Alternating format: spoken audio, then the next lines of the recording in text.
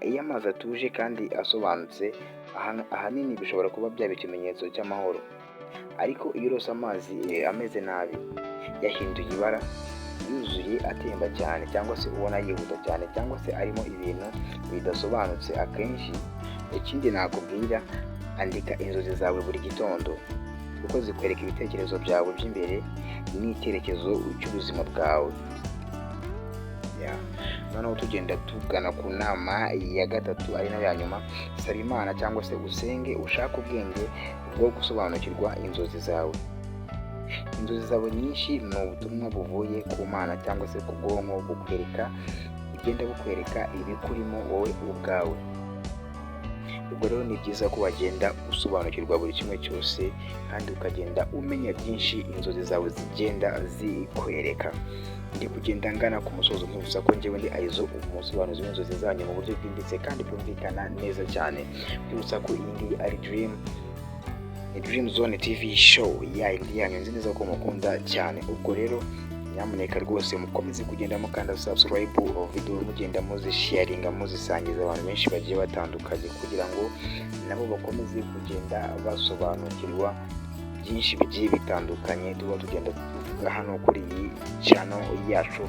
Nzi neza ko mukunda kandi nongeye kubasuhuza abakunzi ba Dream Zone TV show, nizera ko mumeze neza cyane aho mugiye muherereye. Mbabwira ko nanjye Aizo meze fresh kabisa, njyewe muri kumva ngenda mbasuhuza, nanjye meze bo, Nyagasani akomeje kugenda andinda, ibintu ni sawa cyane. Ya rero nyuma yo gutakaza channel yacu twagarutse mu yindi channel kabisa, ubwo ndakubwira ko n'ibiganiro tutangiye kugenda tubikora neza cyane, ariko tuzagenda dufata ibiganiro twari twarakoze hariya hantu tugenda tubigarura kuri iyi channel yacu nshyashya yitwa Dream Zone TV show. Nsaba buri wese kuba yagenda kandi subscribe kugira ngo nayo izamuke imere neza cyane nk'uko byakagenze. Ubwo rero kuri uyu munsi wa none ngiye kuba nabagezaho ibisobanuro bikomeye cyane by'inzozi abantu benshi bakunda kurota uri mu mazi. Ese ni inzozi mbi cyangwa ni inzozi nziza? Ahubwo se kurota amazi bisobanuye iki mu buzima bwawe, cyangwa se kurota uruzi bisobanuye iki mu buzima bwawe? Byose ko icyo ubonye mu nzozi gishobora gusobanura cyangwa se kuba cyakwereka ibiri kuza cyangwa se ibikurimo uyu munsi wa none. Tegereza gato wumve ibisobanuro birambuye kuri izi nzozi. Noneho reka turebere hamwe igisobanuro cya nyacyo cyo kurota amazi cyangwa se cyo kubona amazi mu nzozi, tumenye ngo ese bishatse kuba byasobanura iki. Ariko mbere yuko nangira, reka mbaze kwibutse we mushyashya cyangwa se we muntu wese tugiye kubana muri kino kiganiro, kuba wakanda subscribe, ugakora share ndetse ukana likinga ino video yacu, ukaza no kwibuka kuba wagiye muri comment ukatubwira inzozi bifuza ko twagenda tugusobanurira kugira ngo urusheho kugenda umenya byinshi bigiye bitandukanye ku nzozi urota. Kwibutsa ko iyi ari Dream Zone TV show yindi yanyu kabisa, nanjye ndi Aizo. Ubwo rero muri make ni ukuvuga ngo ubundi mu nzozi amazi ni ikimenyetso gikomeye cyane cy'amarangamutima, ubuzima bw'imbere, ibigeragezo cyangwa se umugisha. Iyo urose amazi si amazi gusa, ahubwo uba ureba amarangamutima yawe n'ibitekerezo byawe ndetse n'ukuri uri kubamo cyangwa se ugiye kuba wakwinjiramo. Iyo amazi atuje kandi asobanutse ahanini bishobora kuba byaba ikimenyetso cy'amahoro, ariko iyo urose amazi ameze nabi, yahinduye ibara, yuzuye atemba cyane cyangwa se ubona yihuta cyane cyangwa se arimo ibintu bidasobanutse, akenshi biba ari ubutumwa bw'uko hari ibintu bitameze neza mu buzima bwawe. Nizere ko muri kugenda mubyumva neza cyane. Nyamuneka rwose reba ko wakanze subscribe kugira ngo ibiganiro byacu ugenda ubibona mu bantu ba mbere. Ubwo rero dukomeje n'izi nzozi zacu cyangwa se no gusobanukirwa izi nzozi zacu zo kurota amazi, reka turebere hamwe ubwoko bw'amazi mu nzozi. Noneho reka tumenye amazi meza cyangwa se amazi asobanutse icyo aba ashatse kuba yasobanura mu nzozi. Ni ukuvuga ngo iyo ubonye cyangwa se urimo kogera mu mazi meza cyane cyangwa se amazi asobanutse, bishobora kuba byasobanura amahoro, n'impinduka nziza zigiye kuba zakugeraho. Bishobora kandi kwerekana ko uri mu bihe byo kwisukura mu bitekerezo, kwiyakira cyangwa se gutangira ubuzima bushya bwiza. None se wowe unkurikiye, ni wowe ndi kugenda ambaza. Nimba tumaze kumenya igisobanuro cy'amazi meza, noneho amazi yanduye cyangwa se amazi yijimye, noneho yo wibajije ngo ashatse kuba yasobanura iki mu nzozi? Ese wigeze ubirota cyangwa uzi umuntu wabirose inshuti yawe? Haba wowe cyangwa se uwo muntu, ni byiza ko wamenya ibi ngibi ngiye kuba nagenda nkubwira. Yego rero kurota amazi mabi cyangwa se amazi yijimye, reka nabwo ngende mbasobanurira. Aha ni amarangamutima mabi uri gutwikirwa. Ushobora kuba ufite ibibazo bitarakemuka neza cyangwa se ibikomere byo mu mutima, bigatuma ushobora kugenda urota inzozi nk'izi ngizi. Ikindi kandi ushobora kugaragaza ishyari, umujinya, kwigunga cyangwa se ubwoba bufitanye isano n'ubuzima bwawe bwite.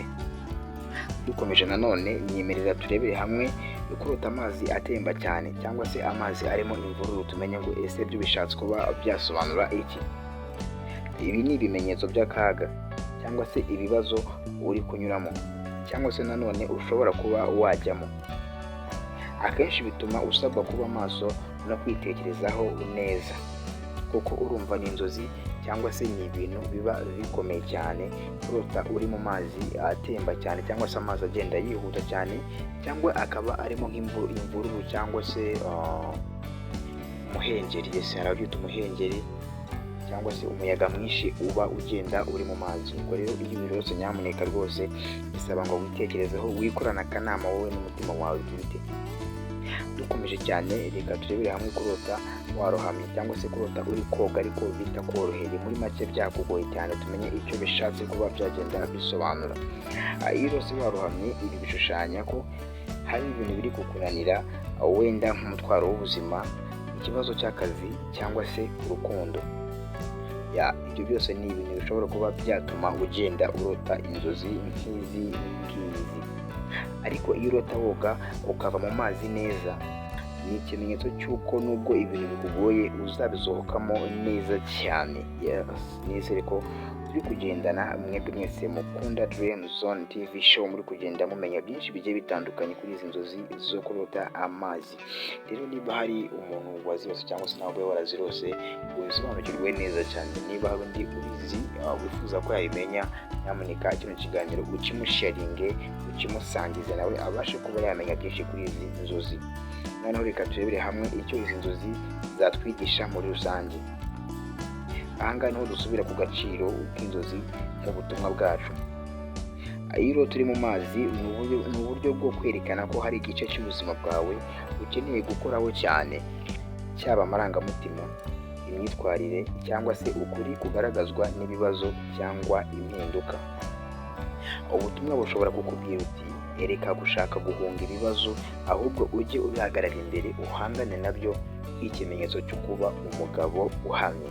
Cyangwa se bukaba bwakubwira uti ihindura inzira, cyangwa se nanone witekerezeho mbere yo gufata icyemezo runaka, kugira ngo ukomeze kugenda umera neza cyane. Bisaba ko ugomba kwitekerezaho ukamenya neza ibyo ukwiriye ndetse n'ibyo udakwiriye. Ubwo rero reka twihute tugenda mu gice cya 4, aho mba nabateguriye inama nziza cyane mba ndi bubahereze nk'abantu mukurikira kandi nzi neza ko munkunda. Reka noneho turebere hamwe inama nziza zigera kuri 3. Niba urose amazi menshi, ibuka uko wiyumvaga icyo gihe cyangwa se igihe warotaga izo nzozi. Kwishima cyangwa se gutinya bifite ibisobanuro bitandukanye. Ikindi nakubwira, andika inzozi zawe buri gitondo, kuko zikwereka ibitekerezo byawe by'imbere n'icyerekezo cy'ubuzima bwawe. Noneho tugenda tugana ku nama ya 3, ari nayo ya nyuma.